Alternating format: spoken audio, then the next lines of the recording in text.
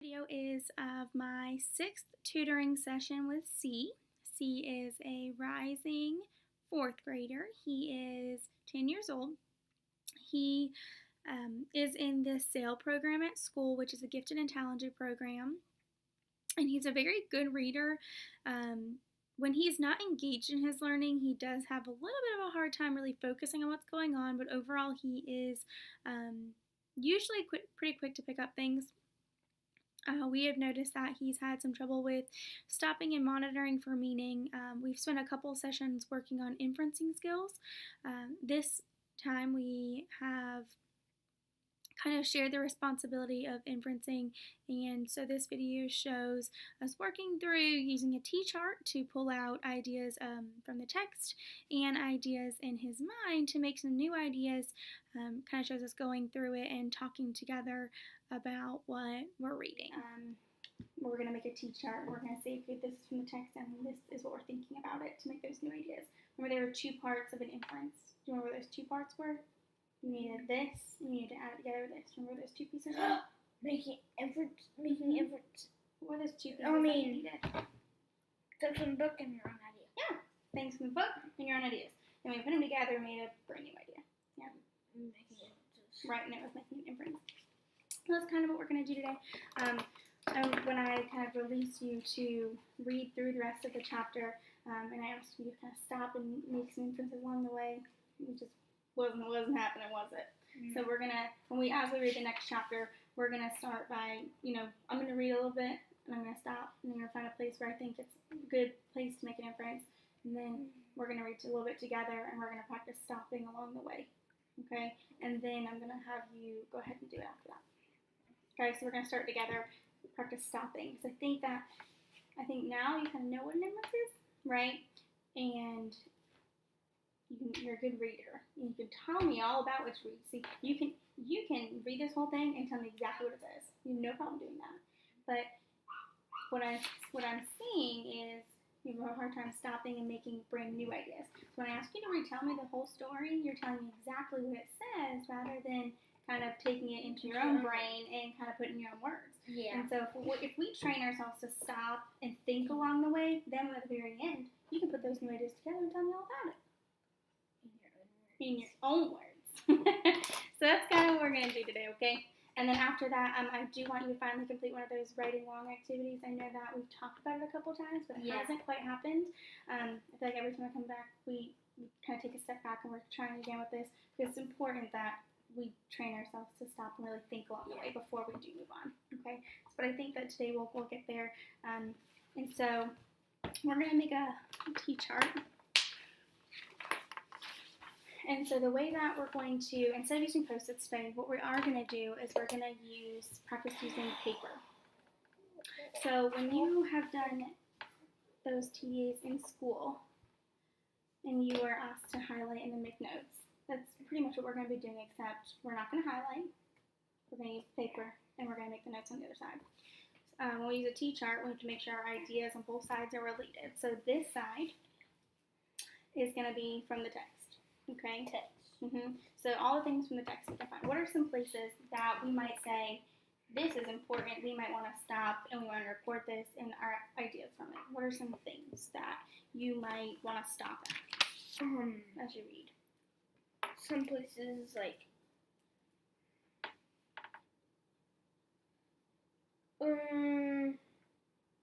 they find something.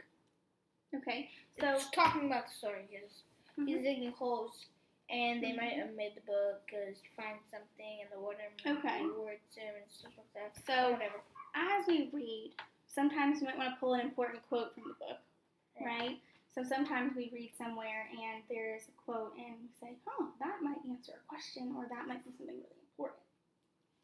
It was actually a quote coming up in this chapter.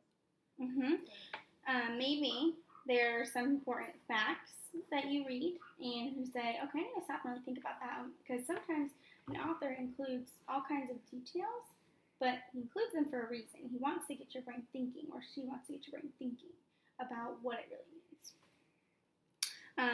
If we have a question, we don't want to wait until the end of the chapter to stop and think about the question. We want to stop, we want to write that question down, why is this important? What does this make me think? And then continue to move on. Because if you have a question, you ask it then, so you can continue on moving on. Yeah.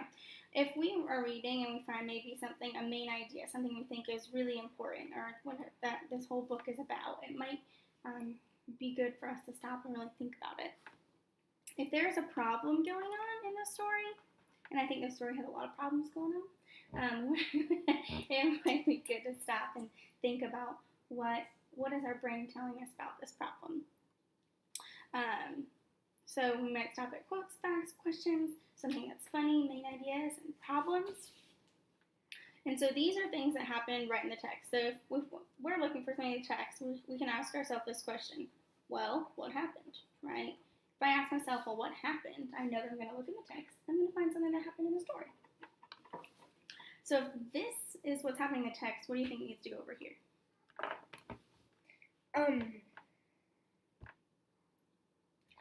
What do I think should go over there? Yeah. So if we're talking all about making inferences, if this is one part, we're finding something in the text, what do you think needs to go over here on this side? What's another piece of an inference?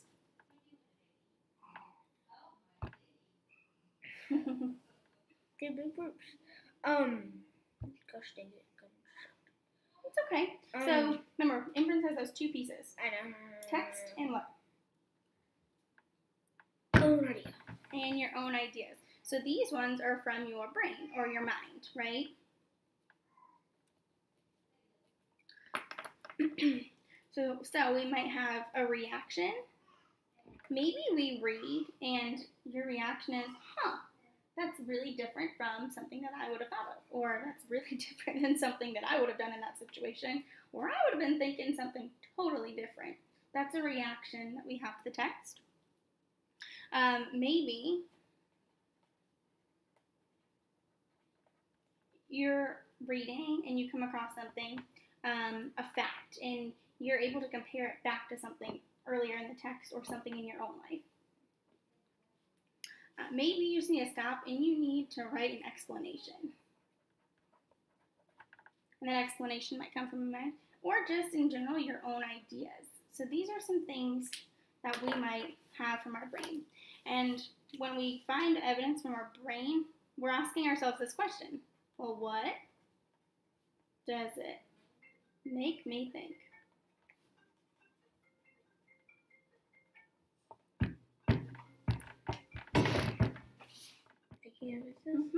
So I'm going to have, here's my text, here's my brain, and out of that is going to come a new idea, and those are going to be my inferences. Okay? Alright, so we left off on chapter 6? 5. Did you read chapter 5? Yeah, okay. 5. So we left off on chapter 6. Okay. Here's pencil for you, and I will use this pen. So we're going to start. I'm going to read, and then I'm going to find a place where I say, oh, this is making my brain start to think, and I'm going to immediately stop there, and I'm going to write down what it is. Okay? Okay. All right. You follow along with me? You can go and put that down if you need it, okay? So Stanley took a shower. If you could call it that.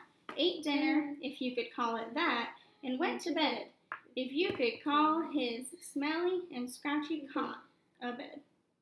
I'm going to stop already. Because what I notice here is the text kept saying, if you could call it that.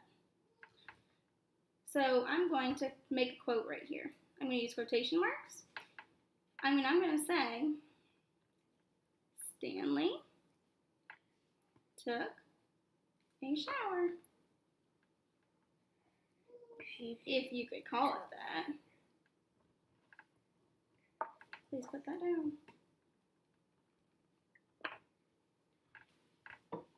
So now, what happened? So in my brain, I'm looking and I see what happened in the text. The text kept saying, if you could call it that.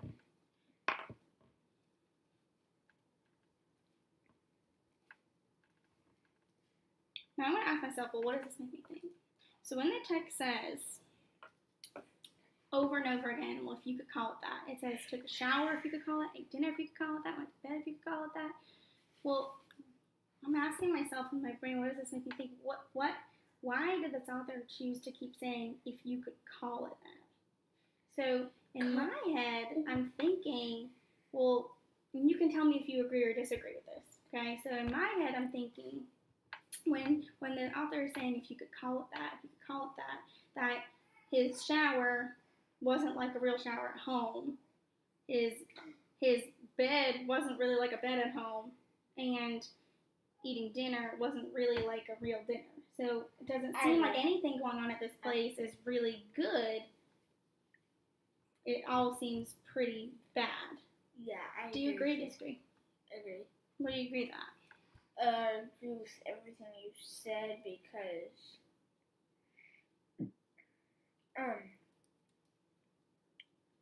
it really wasn't what he thought it would be. Okay. And at home it's better, but here he just rinses off, eats like a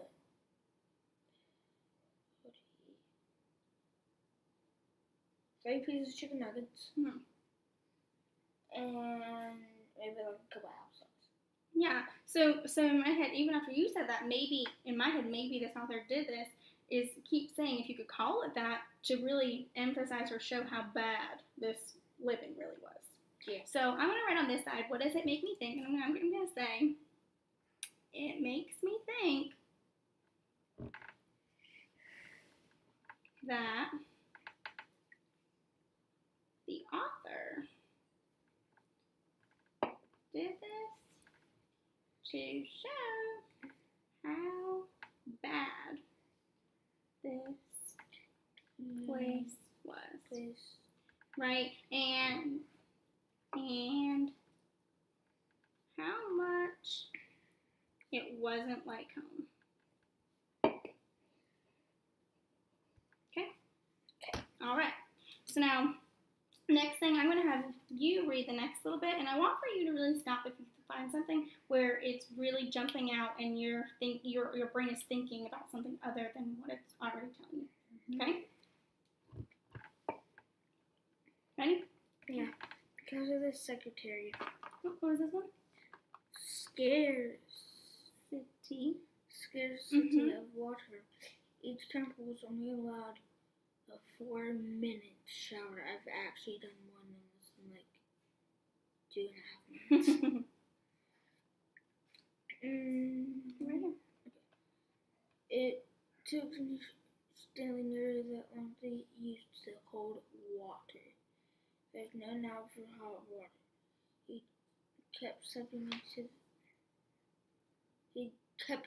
into and coming back from the spray until the water shut off automatically. He never managed to use his bar soap, which was just as well because he wouldn't have time to rinse off the suds. Dinner was. I'm going to stop real quick. Because as you read that, there was pieces of that stood out to me that got my brain thinking. Was there anything that stood out to you that got your brain thinking?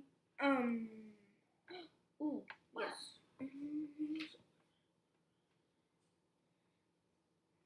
Right here.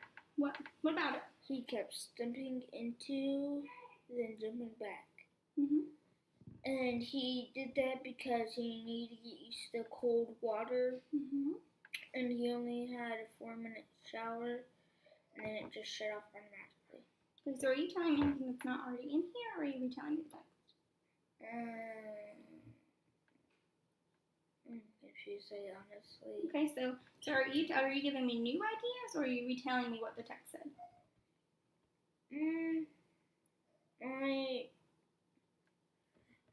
I was just saying what it was, but my idea is that it was like very, very cold, like ice water cold. Yeah. Why do you think that? Because it's not a lot of water, and they don't have like the only electricity is in that little hut. Because it's a way long way. Yeah. I definitely agree that I think that this water was kind of like eye-watering cold. I know that when I was hearing you say he kept jumping in and coming out, jumping in, coming out, and it was started to make me think, you know, I know if that's like going outside on a day like today and you use the hose and you turn the sprinkler on and it's so cold that you dash through it because it's too cold to stand in there for that long. And I know if you go outside and you were to do one of those sprinklers, and is it kind of hard to stand underneath the really, really, really cold water? Yeah, because